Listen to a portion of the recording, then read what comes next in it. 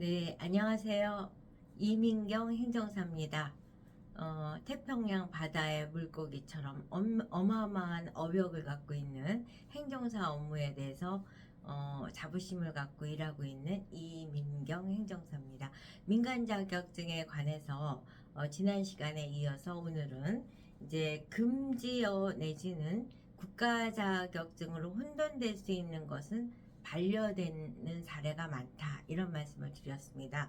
저의 경우는 이제 의뢰인들이 본인이 그 욕심을 내서 자격명에 여러 가지 이제 그 부처로 혼재된 자격명으로 가는 경우도 있고, 또는 금지어라든가 또는 국가 자격으로 혼돈될 수 있는 거로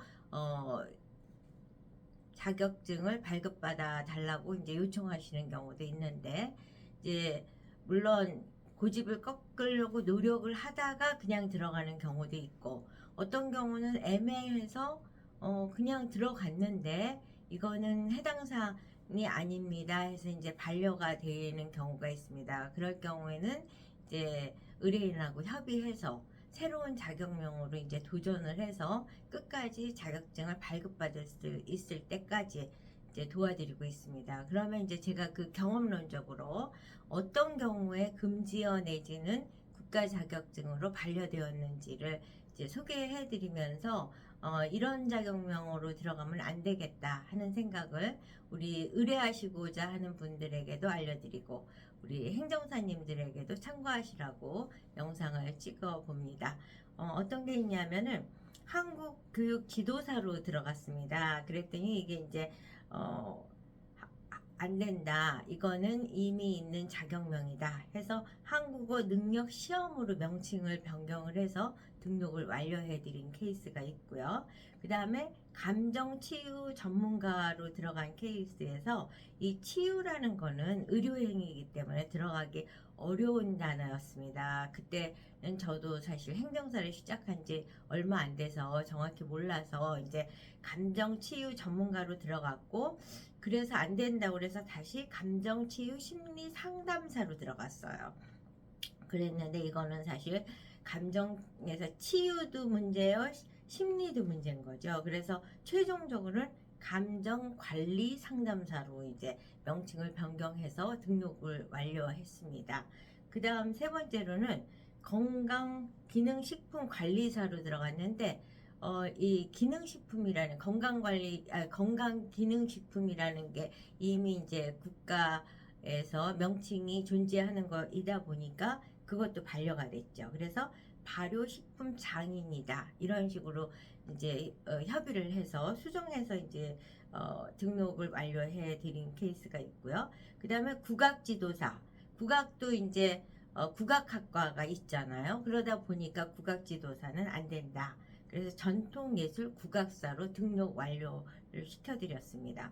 또 다른 케이스로는 다문화 이해교육 강사라고 들어갔는데, 다문화 강사도 이미 존재하는 거이다 보니까 문화 다양성 교육 강사, 이렇게 해서 이제 우회적으로 그 다문화 가족 대상으로 강의를 하는 사람인데, 그거를 다문화라는 말을 직접적으로 사용하는데 제안을 받아서 문화 다양성 교육 강사 이렇게 했습니다. 그 다음에 또 다른 사례는 세계 문화 이해 교육 지도사라고 했는데, 이것도 이제 국사라든가 세계사 대학 전공하고 혼돈이 될 수 있기 때문에 상호 문화 교육 지도사로 이제 수정을 해서 등록 완료했고요. 그 다음에 음식 치유사, 이런 거 이 경우는 치유에도 문제가 있고 또 영양사하고도 혼재될 수 있기 때문에 혼란을 올 수 있는 자격명이다 보니까 푸드 체질 관리사로 변경을 했습니다. 그 다음에 펫푸드 조리사, 이거는 이제 국가 자격증에 물론 펫은 아니지만 조리사라는 국가 자격증이 있다 보니까 이거 역시 푸드 체질 관리사로, 이거는 이제 펫푸드 제조 전문가로 이제 변경을 했습니다. 이제 이 외에 또 노인 음악 심리 중재 전문가도 사회복지사하고 혼돈되는 업무 내용이 있다는 이유로 이것도 변경을 해야 되는 사례였었고요. 그 다음 방과 후 영어 지도사, 이거는 유아교육 커리큘럼하고 일치되는 부분이 있기 때문에 이것도 수정을 하라는 반려를 받았습니다. 그 다음에 이제 아파트 장비 점검사, 이 경우는 이제 주택관리사나 건축사하고 이제 혼돈이 되는 케이스죠. 이제 여러 부처가 중복이 됐기 때문에 오랜 기간이 경과돼서 등록된 케이스는 아로마 심리상담사인데요.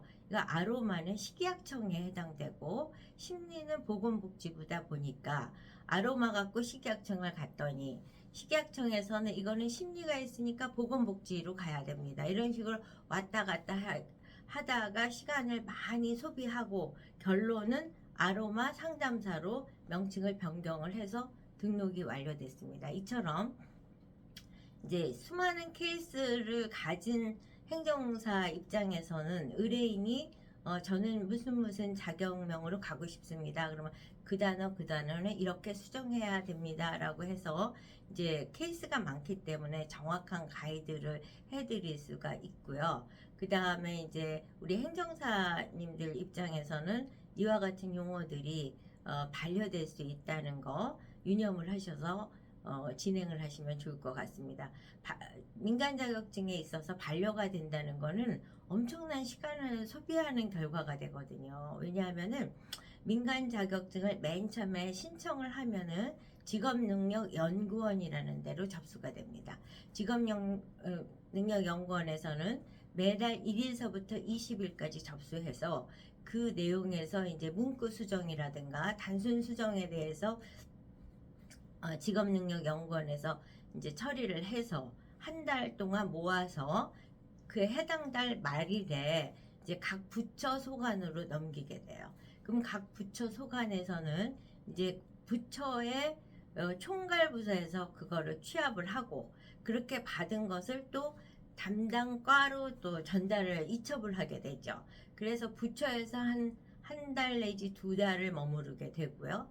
그렇게 머무른 다음에 해당 담당자가 오케이를 하면 그게 다시 이제 직업능력연구원으로 돌아와서 등록 완료됐습니다 라는 문자와 함께 이제 등록 필장을 발급받을 수 있는 자격이 주어지는 거죠. 그러려면은 아무 반려나 보완이 안 떨어진다 하더라도 최소 빨리 해도 3개월이 걸립니다. 근데 그에 비해서 이제 보건복지라든가 문화관광부라든가 식약청이라든가 몇 개 부처에서는 엄청난 민간 자격증 신청 의뢰가 접수되기 때문에 이제 웨이팅을 하는 거죠. 지연되는 시간이 길어서 거의 6개월 가까이 시간이 소요된다고 보시면 되는데 그 반려가 됐다는 거는 그만큼의 시간을 허비하는 결과가 되기 때문에 자격명을 정확히 해서 들어가는 것은 매우 중요한 일이라고 생각합니다. 왜냐? 많은 자격증을 발급받고자 하는 의뢰인들께서는 굉장히 급한 마음으로 이미 수강생을 모아놨어요. 모아놓은 상태에서 이제 자격증을 내가 신청했으니까 발급해 드릴 겁니다 하고 강의를 하고 이러던 입장이니까 수업은 끝났는데 아직 등록 완료가 안 돼서 자격증을 줄 수 없는 상황이 발생이 되는 거죠. 그렇기 때문에 이제 등록 의뢰를 해놓고는 언제 돼요 하고 조급한 마음에 반복적으로 연락 주시는 경우가 많습니다. 그래서 이와 같은 말씀을 강조해서 드리는 거는 시간을 허비하지 않기 위해서는 민간 자격증 등록을 할 때는 자격명이라든가 직무 내용, 검정 기준, 평가 시험에 있어서 국가 자격이라든가 금지어로 반려될 수 있는 요인을 최소화시켜야 한다는 거. 그 최소화시키는 역할을 바로 전문 행정사가 할 수 있기 때문에 민간 자격증에 관심을 가지시는 분들은 많은 경력을 가진 등록의 실제적인 경험을 통해서 단어만 봐도 이거는 어디로 가야 된다, 이거는 제외시켜야 된다라는 걸 판단할 수 있는 전문 행정사에게 의뢰를 하는 건 매우 중요하다는 말씀을 강조드리고 행정사 여러분들께서도 참고하셔서 그렇게 유능한 전문 행정사님이 되실 것을 기대하며 오늘 영상을 소개해 드렸습니다. 도움이 되셨는지 모르겠습니다. 오늘 제가 드린 영상이 도움이 되시면 좋아요, 구독 잊지 말아 주시기 바랍니다. 여러분 다음 영상에서 뵙겠습니다. 안녕.